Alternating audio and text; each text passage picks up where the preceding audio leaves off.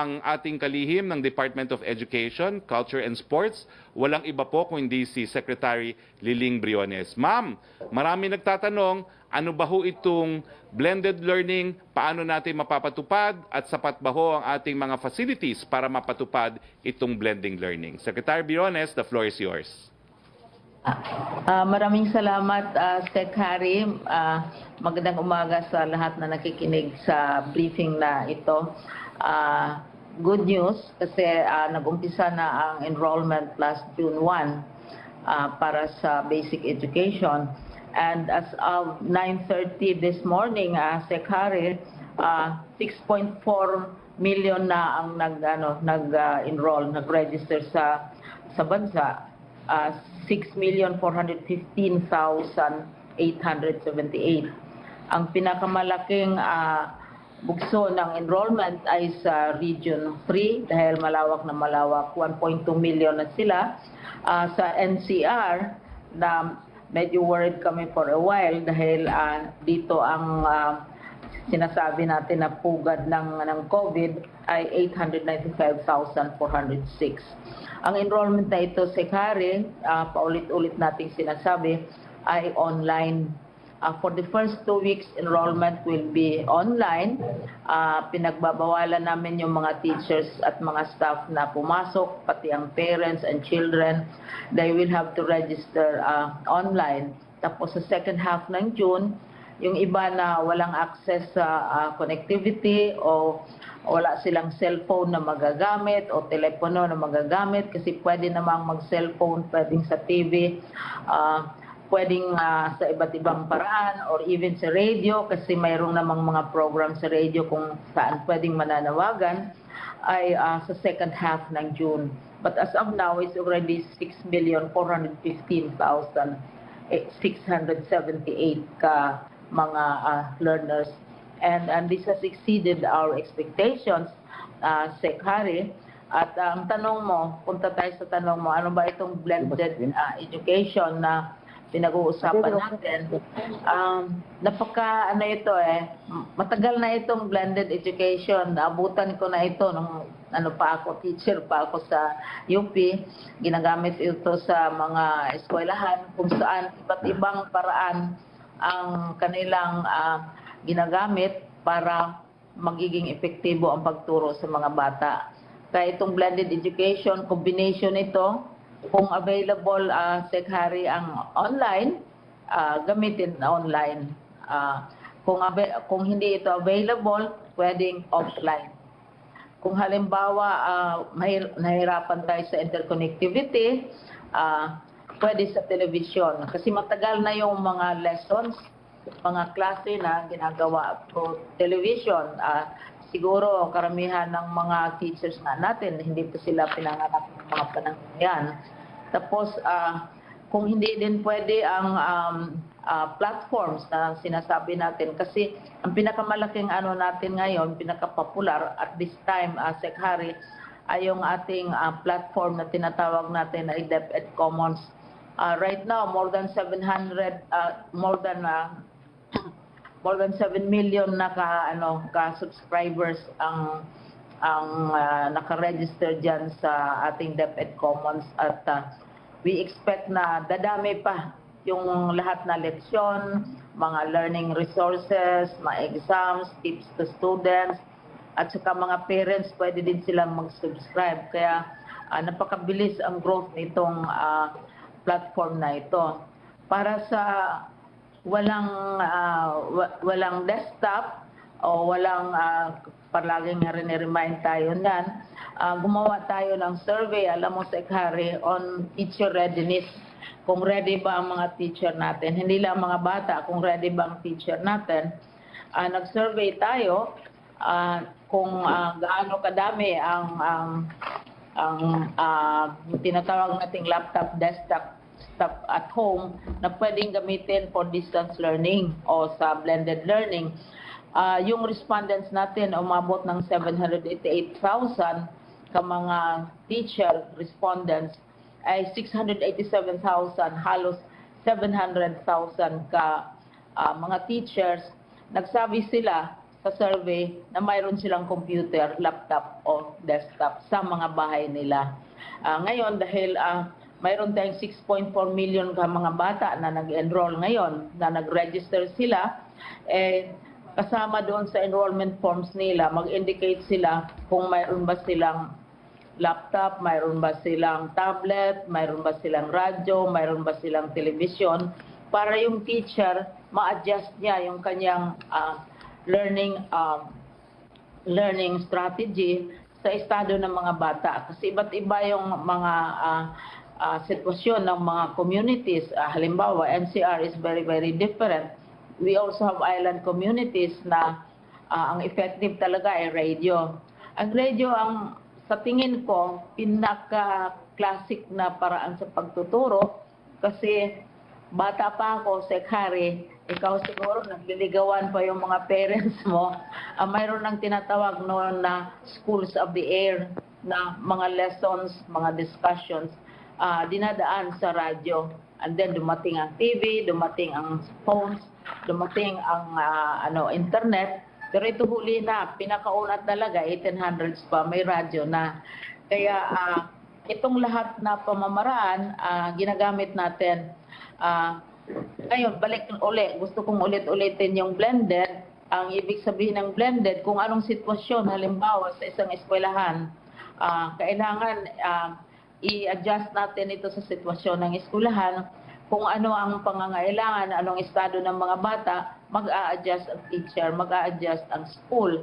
Halimbawa, ang approach for NCR would be different from an approach to a remote island or remote mountain in the country. Depende sa availability ng communications. So, ito lahat tutulong sa atin ng patuloy kasi ang motto natin sa Department of Education, learning must continue, education must continue. Nagawa natin ito nung nagkaroon tayo ng sigalot sa Marawi, kung may bagyo, may earthquake, pinapatuloy natin ang edukasyon. And ngayon, with COVID, sabi natin, ipagpatuloy pa rin natin ang edukasyon dahil the children cannot wait, education cannot wait. Dahil maghintay tayo halimbawa na isang taon, Sekari, baka by the time babalik yung mga bata, they will be older by 1 year or 2 years at maiiwanan na sila sa daloy ng knowledge, sa daloy ng information at saka mga innovation. So, ito ang good news. Nagpapasalamat kami, Sekari, sa inyong office, lalo na kay President Duterte na talagang nagsabi siya na magbigay siya ng support. Sabi pa nga niya, I will scrape the bottom of the barrel para lang ma-support itong ating alternative ways of teaching our children. Tapos yung mga local governments, ang laking tulong na binibigay nila, suporta, at mga civil society organizations, business. Ang daming offers namin, Sekari, ng mga communications systems, companies na nag-o-offer ng tulong. Isa pang gusto ko, siguro, I'm not sure if it is related to my age, but really I have this affection for radio, no? Kasi maraming schools, sinurvey namin, may sariling radio station. Although limited lang ang reach. Maraming municipalities, may sariling radio stations. May provinces, may sariling radio and TV stations. Yung mga malalaking municipalities, LGUs, may sarili silang TV at saka radio because that's how they communicate with the people. So ino-offer nila ito lahat in addition to the private sector. So everybody is helping out, and mukhang excited ang lahat kasi gusto nila makita if it really works. Pero ang gusto ko lang sabihin, it has been working for decades and decades. Yung nag-aral ng education ng 1960s, alam nila yung blended, yung maghalo ka ng iba't ibang approach to achieve a particular learning objective. Binibiro ko nga si Kong na author natin sa isang bill sa Congress ngayon.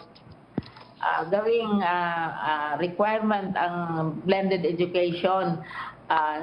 Si Kong Escudero, sinabi ko nga sa kanya dahil she is very a very established professional in home economics. Binibiro ko nga siya, kaya tinatawag yung blended, madaling i-compare mo sa isang blender where all the best flavors, the choicest materials, the choices and the best ingredients are all put together to come out with what appears to be different but is actually has already been in use for a very long time. Like UP has 7 campuses, and we have our own autonomous university, which is located in Los Baños, but which operates all over the country. Maraming mga schools, ginagawa na ito. The only difference is this time, the larger emphasis is on these technologies dahil hindi talaga pwede pa sa pagkangayon ang face-to-face o yung biro namin sa Department of Education, hindi po pwede yung face-to-face. So, blended muna. At saka pag gagamitan mo ng blended approach, mukhang masarap, mukhang epektibo, at mukhang enjoy ang mga bata. Thank you, Secretary, for all the support. And Thank you. Mr. President. For... Thank you. That was my co-teacher in UP and my sister in the faith. Ma'am, I have just one question. Yes. Wala na po ako anak sa K-12, no? Nag-graduate na, pareho na nasa UP. Ang tanong ko lang po, kung ang anak ko grade 5, magkakaroon po tayo ng separate materials for grade 5 online? At kung wala pong online access, magkakaroon ba tayo ng TV o radio program for grade 5 students? Yes. Sa basic education, yun ang hinaharap namin ngayong trabaho. Kaya 7 days a week, 24 hours a day kami nagtatrabaho. Yung curriculum na bago natin, Secretary, tinatranslate natin into, halimbawa, to radio, to yung ICT, yung DepEd Commons, and to television. Dahil iba yung script sa television, iba naman yung sa radyo. Television, may images. Sa radyo, you rely on sound and voice, and also the voice also of the teacher. Pero kung dadating ang panahon, kanina sinabi ninyo yung good news also sa pag-flatten ng curve natin sa COVID, pwede naman tayong bumalik sa face-to-face. Pero sa pagkangayon, dahil mahal ni Presidente ang ating mga learners, sinabi niya sa atin na maghanap tayo ng ibang paraan maliban sa face-to-face classes. Okay. Thank you, ma'am. Magtatanong po ang mga media natin sa inyo, so I hope you can hang on and join us still. Yes. Question for Secretary Briones. Tinalaga ni Region 3 OIC Nicolas Capulong ang kanyang sarili bilang SDO Bulacan OIC. Normal po ba na italaga ng isang DepEd official ang kanyang sarili sa ibang posisyon?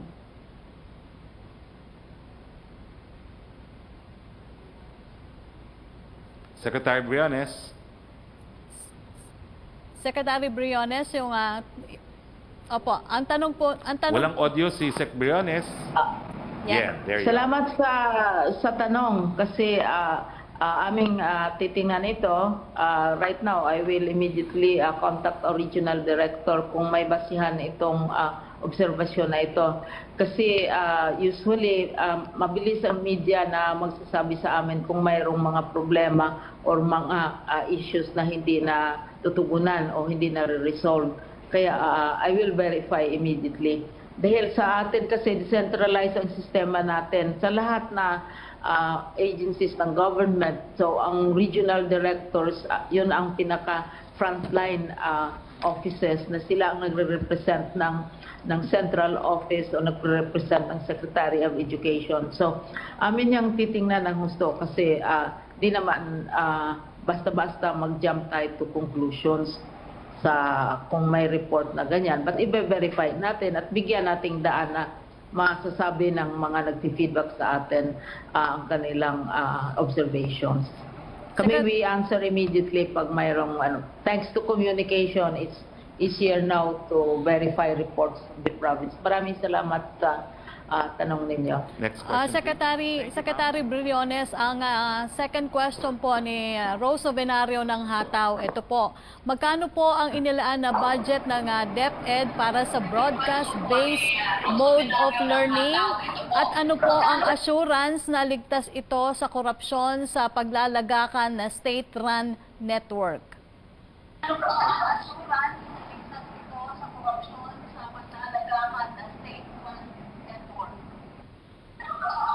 At tulad ng lahat ng mga ahensya ng government, mayroon tayong administrative system, mayroon tayong sistema for monitoring, for reporting, and trying even investigating cases within the mandate of the department itself. At saka pwedeng mag-file ka ng administrative case, pwede namang magkaroon ng criminal cases. Pag administrative, kami ang nag-handle at our level as the other offices do. Palagay ko tayo ay maging selective pagsasabihin natin na may corruption ang Department of Education. Dahil hindi naman natin yan masasabi, we cannot come to such a conclusion. Dahil ino-audit naman tayo. At saka mayroon kaming very strong internal audit system. Saka binago natin ang ating financial management.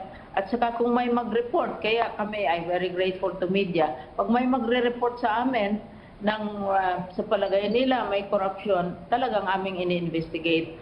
Saka mayroon din tayong body which is directly under the office of the President, which is the Presidential Commission Against Graft and Corruption, no? Which is headed by Butch Bellica.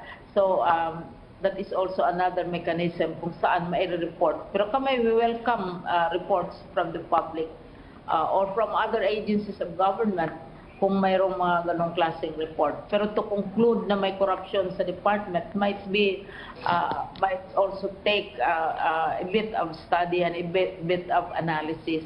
Ay compare natin ang Department of Education sa mga maybe how many decades earlier at saka ngayon, marami tayong mechanisms para ma-control ito. At of course, kami sa level ng officers ng DepEd, we have to set the example. Sir, question kay Secretary Leonor Briones. Yes, please. Go ahead. Secretary Briones, may proposal po kasi si Congressman Roman Romulo na i-consider po yung face-to-face classes sa mga isla, sa mga municipalities na walang COVID cases. Ano po ang masasabi natin dito? Absolute na po ba, ma'am, yung no vaccine, no classes natin?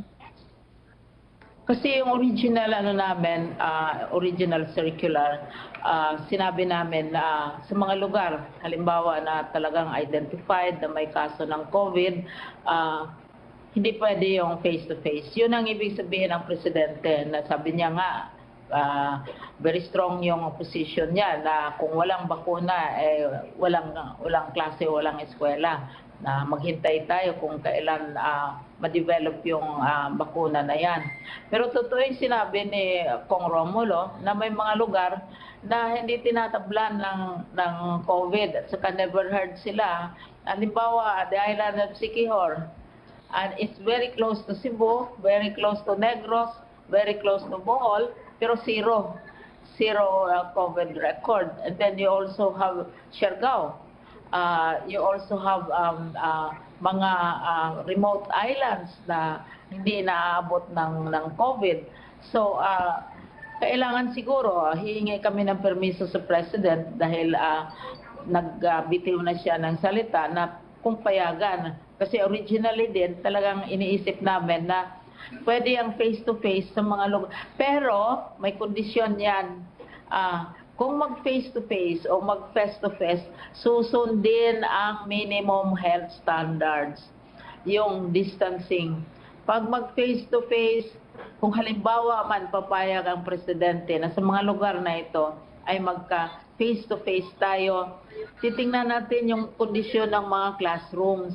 yung size ng classroom halimbawa, pwede ba yung 1 to 2 meters na spasyo, yung space para sa mga bata, no? Na talagang mayroong social distancing. Mayroon bang available na health mga PPE, kasi requirement din yan ng Department of Health, emergency medicines, etc. At saka yung rules of hygiene, mayroon bang hand washing facilities, lahat-lahat yan. It's not only kinoconsider natin following the instructions of the President, hindi lamang ang walang COVID, pero titingnan din natin yung capacity ng infrastructure, ng facilities ng eskwelahan na yan na ma-implement ang minimum health standards. Kasi ang bottom line natin to safeguard the health and the safety of our teachers and our learners. Thank you very much, Secretary. Talagang na ganyan. And tanong na lang po ni Reyna Tolentino ng Manila Times kay Secretary Briones, both President Duterte and Vice President Leni caused doubts on the readiness of DepEd to implement distance or blended modalities, particularly online learning. Can you comment on that for Secretary Briones?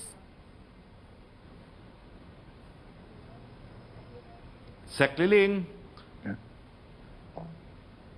Sec Liling. Nawala si Secretary Liling. Well, perhaps I could comment. Sinagot na po yan ni Secretary Briones, yung tinatawag na blended learning, 1960s pa po yan. That's not new, no? Yes, Secretary Briones. Harry. Yes. Dalawang beses nagkomentaryo ang Presidente about blended education as an alternative to an absolute closure of all schools during the time of the pandemic. And binabasa namin uli-uli, wala siyang sinasabi na hindi siya na against siya. Halimbawa, yung pinakaunang statement, 8, sinabi niya, I express to the simplicity of the program. Dahil sinabi ko nga kay President na itong mga approaches na ito, matagal na, lalo na ang radio, lalo na ang telebisyon, lalo na ang even cellphones. There are 179 cell phones circulating in the country. Tapos nakita natin na more than 80%, 87% ng mga teachers ay mayroon silang desktop sa bahay nila aside from the officials. So wala akong nakita, dalawang statements ito na sinasabi niya. Ma'am, ang question si VP Leni daw. Ma'am? Teleconferencing pangalawa. And ang sabi niya, I do not know if you are ready for that. That's different from saying that DepEd is not ready for that. And we have nearly 3 months and we have been preparing from the time na nag-community lockdown. We already saw the direction of policy. Kaya we have been preparing since March, April, May, June for the eventuality of having to develop alternatives. It is not as if kung there is a particular situation, we accept it as it is and wait for things to change. We have to be instrumental in bringing the change ourselves. And yun nga ang sinasabi ng isang favorite saying ko from the president of Latin American country, na by the time our students, our learners graduate, kaming mga ministers of education, whatever we have taught them will already have become irrelevant. Okay. So we have a lot of catching up to do. And the president has never said, paulit-ulit kong binasa ito kung mayroon bang sinabi niya. And sinabi pa nga niya, I support you. He will even scrape the bottom of the barrel. And sabi niya on the question of funding. Ma'am, excuse me. I think the question, ma'am, is VP Leni said we're not prepared. Can you address the point raised by VP Leni na hindi daw tayo handa for distance learning? I would like to dispute that. We are still in the month of June, and our original proposal was to open in August 24. We have been doing distance learning, blended learning for decades and decades. We have a university in the University of the Philippines which does and which specializes in distance education for the longest time. And those who take up education and study education are already exposed to this. We are not inventing anything new. Kaya yung readiness, importante yung readiness. And we did also a survey on the readiness of our teachers, no? And the readiness of our pupils. Napakataas. We assume always that the teachers don't have laptops, they don't have desktops. Well, 87% of them have in their homes, no? But we will also provide them. And the private sector, we are convincing them na the usual and the annual Brigada Eskwela event where they give school bags, pad paper, ball pen, school supplies. Sabi namin gadgets na ang ibigay nila. At saka they jointly help us develop programs because there are existing programs. What we are trying to do is blend these programs. You see them on TV. The law says that 15% of TV time has to be devoted to children. So, sisingilin natin yan. Same for radio. Okay. Mas mahaba pa nga yung sa radio. We just don't notice it because we are used to face-to-face learning. But now that it is not possible to do face-to-face learning, then we have to think and look at the existing mechanisms. This is how we will be saving money, we will not be spending so much time, and so on. Magandang hapon, Secretary. For Secretary Briones, please. Magkakaroon po ba ng pagbabago sa subjects sa basic education sa ilalim ng blended approach to school instructions, and would you need additional buildings and teachers para masunod ang physical distancing? Secretary Briones, please. Briones. Hi Melo, glad to hear your voice. Talagang nagbabago ang budget taon-taon. Lumalaki ang budget taon-taon. Dahil lumalaki ang pangangailangan at dumadami naman ang enrollment ng mga bata. Kasi yung kindergarten natin at saka mga nursery kids, parami ng parami. Every year, over 1 million yan. Tapos sa senior high school, malaki din. Now, tama ang punto ninyo na yung sinasabi ko nga kanina, ngayon ang ginagawa namin, in-inventaryo natin ang lahat ng facilities natin. Kaya for a while, we were hesitant na gagamitin ang schools para na magiging way stations for those who have to be examined or who are on the way home because malapit na ang school opening. Yung mga bagong schools natin, pwede yung social distancing. Pero yung mga luma nating na mga schools, ay kailangan talagang ayusin. We have to reduce the size of the classes. Hindi na pwede yung usual natin sa high school na aabot ng 45. Wala naman yung mga 70 o 100 sa isang klase. Wala nang ganyanan. Mga 45, we have to reduce that kasi because of the question of space. And we have to see also, yung sinabi ko kanina, na may washing facilities, hand washing facilities. At saka mayroong stock ng emergency medicines in case the kids will have fever or cough or kung ano ba. Kasi dalawang susundin namin yung requirements ng Department of Health at saka yung requirement din ng Presidente na sinasabi niya na kung walang bakuna, hindi muna mag-face-to-face. So ito lahat i-consider natin. Paano po yung daycare centers? Yeah. Paano po yung daycare centers, Secretary? Daycare centers are usually handled by local governments. Sila ang nagdadala yung mga daycare centers. Ang sa Department of Education, kindergarten ang pinag-umpisahan namin. Tapos yung sa query kanina, yung tungkol sa Bulacan, mayroon ng sagot. Ang nag-designate ng RD as SDS ang central office at this time kasi nagkaroon ng vacancy. While waiting for the vacancy, mayroong dinidesignate.